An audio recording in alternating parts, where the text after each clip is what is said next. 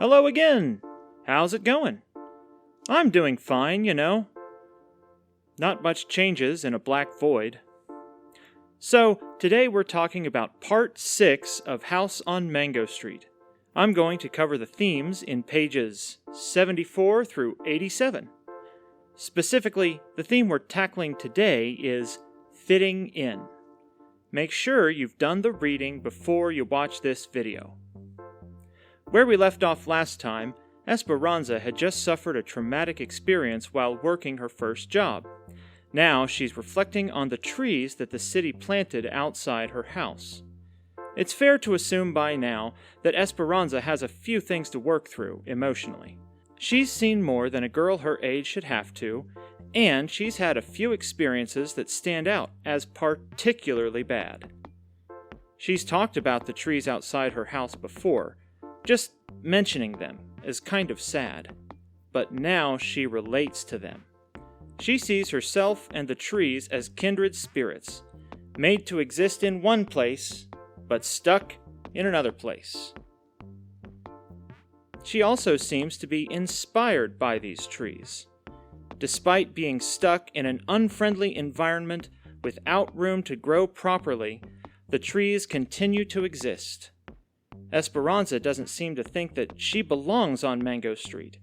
Like the trees, she's meant to flourish somewhere else. Mamacita doesn't fit in on Mango Street either. She was brought here by her husband, who it sounds like had been in the country for some time. He finally saved up enough money to bring his wife and son to America, only to have her have a miserable time in her new home. Mamacita doesn't speak English, either because she can't learn or because she doesn't want to. She's holding on to the memory of her old home and wants to go back. We can safely assume that she was much happier there. Her husband, who is just referred to as the man, just wants Mamacita to adapt, and it doesn't sound like he's all that nice about it. He yells at her. Esperanza seems to have more empathy for Mamacita than her friends do.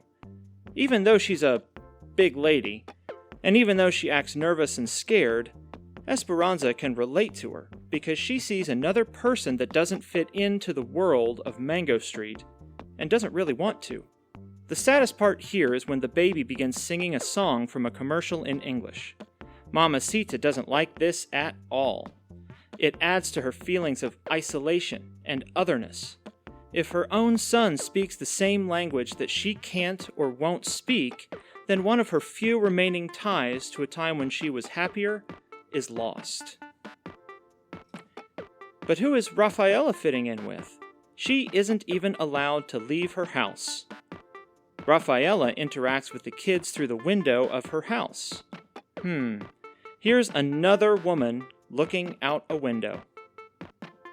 Rafaela is literally trapped, locked in the house by her husband. I guess Rafaela must be pretty enough that her husband is afraid that she'd be swept off her feet by another man. And why wouldn't Rafaela leave? I'm sure anyone would after being married to somebody that has them physically trapped in a house. We've mentioned this before, but at the time when this book is set, this is kind of a believable situation. Rafaela yearns to have some of her freedom back, to go out and just exist. She is envious of the older ladies who are able to go out dancing without having to be afraid of repercussions at home. Esperanza mentions that the time she spends staring out the window is making her old before her time. I guess Rafaela is in a hurry to get old if it means she'll regain some of her freedom.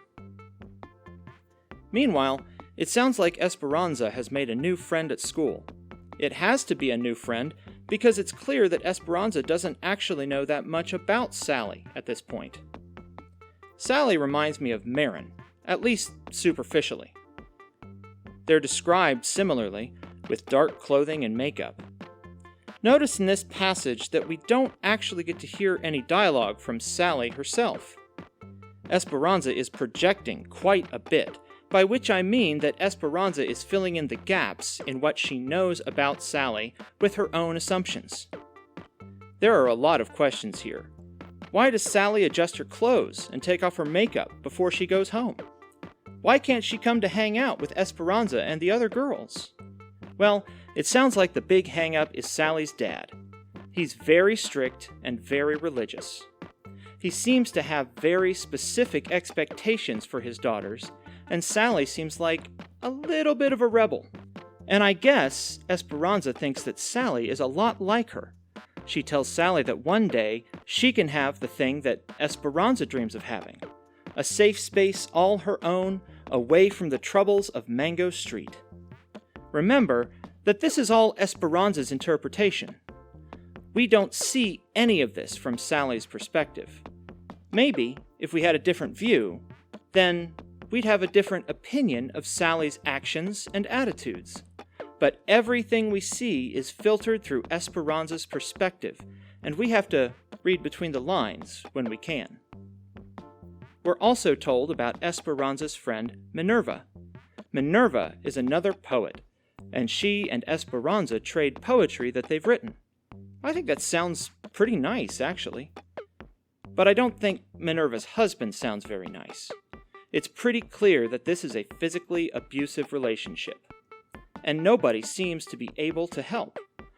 We've talked about the themes of people living in abusive situations before, but this is the first time we've discussed a character who is in an obvious physically abusive relationship.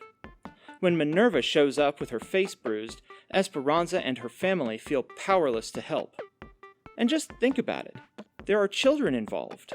Maybe Minerva has made herself a little bit of an outcast. To the culture around her, Minerva brings the abuse on herself, just by trying to stand up for herself. She throws the husband out, but he always comes back. Because Minerva doesn't feel like she has any other choice. Why do you think they include the detail that the family eats a lot of pancakes? I think it's because you can make pancakes cheap. As a matter of fact, you can make pancakes using just flour and water. It's not good, I don't recommend it, but it's technically edible. I don't think Minerva has her own career, and it's very hard to get out of an abusive relationship. Even harder when there are children involved, and much harder when you have no help or support. The cards are stacked against Minerva, and since nobody can help, maybe everybody just distances themselves. Finally, we're going to talk about Esperanza's issues fitting in with her own family. She's tired of being aspirational in the same way as her family. Mom and Dad seem to be buying lottery tickets, but not really doing anything to improve their own situations. They drive around to look at nicer neighborhoods that they can't afford to be a part of. It's nice to daydream about things you can't quite afford.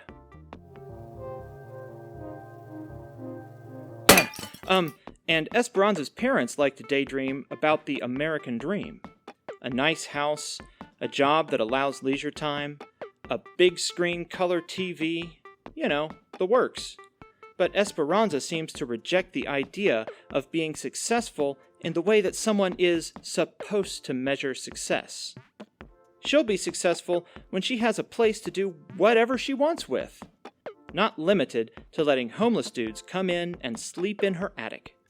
As she grows, Esperanza's drive to do things her own way is becoming stronger.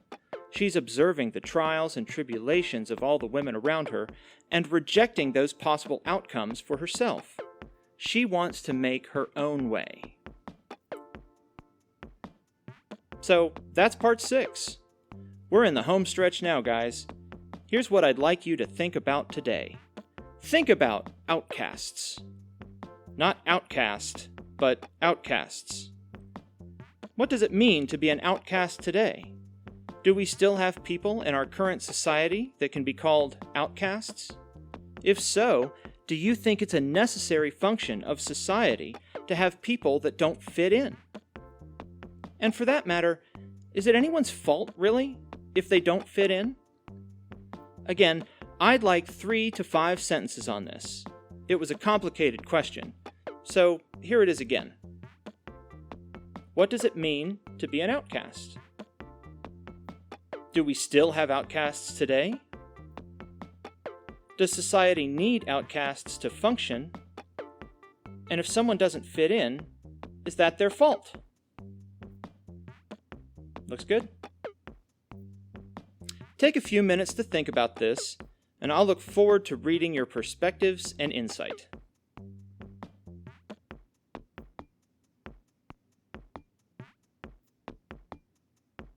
Until next time, bye-bye!